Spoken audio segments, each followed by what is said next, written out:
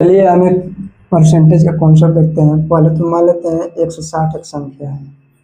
इसको 40 गुणा 4 करके प्राप्त किया जा सकता है और इसी संख्या को 80 गुणा 2 भी करके प्राप्त किया जा सकता है। तो इन दो संख्याओं का अनुपात निकालिए तो 40/80 होगा, तो 1:2 हो जाएगा। और इन दो संख्याओं का अनुपात क्या होगा? 4/2, 2:1 होगा। यानी कि ये दो संख्याएं जो है जिस अनुपात में बढ़ेंगी उसके रिवर्स अनुपात में ये दोनों संख्याएं बढ़ेगी। देखिए 1/2 से बढ़ी है तो ये 2:1 से बढ़ी है।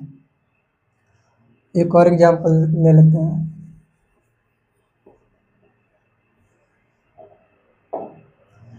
मान लेते हैं 150 है, इसको 30 गुणा 5 करके प्राप्त किया जा सकता है और इसी संख्या को 25 गुणा 6 करके प्राप्त किया जा सकता है। तो इन दो संख्याओं का रेशियो क्या होगा? 30/25, 6/5 होगा। तो इन दो संख्याओं का रेशियो क्या होगा? 5/6 होगा। देखिए रिवर्स आ गया। हमेशा ऐसा ही होगा। इसी कॉन्सेप्ट पर आधारित हम एक परसेंटेज का क्वेश्चन देखेंगे। अच्छा, एक एक्सपेंडिचर बराबर क्या होता है? एक्सपेंडिचर यानी कि खर्चा बराबर प्राइस गुणे कंजप्शन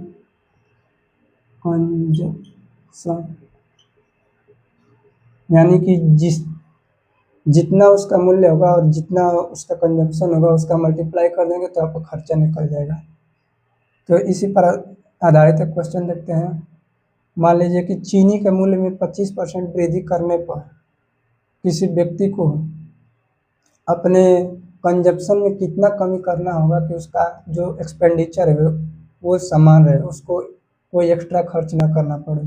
तो चीनी का मूल्य कितना परसेंट बढ़ा है? 25%। 25% का फ्रैक्शन कितना होता है? 1/4। तो चीनी का प्राइस पहले कितना था? 4 था और बढ़कर कितना हो गया है? 5 हो गया है। तो खर्चा जो है इसके उल्टे रेशियो में होगा, क्योंकि एक्सपेंडिचर तो उतना ही रहेगा। 4 से 5 हुआ है तो ये 5 से 4 होगा। तो पूछा है कि कितना परसेंट से कम हो जाएगा कंजम्पशन। तो पहले 5 था, अब 4 हो गया, तो कितनी कमी हो गई? 1 की, और कितने पर? 5 पर।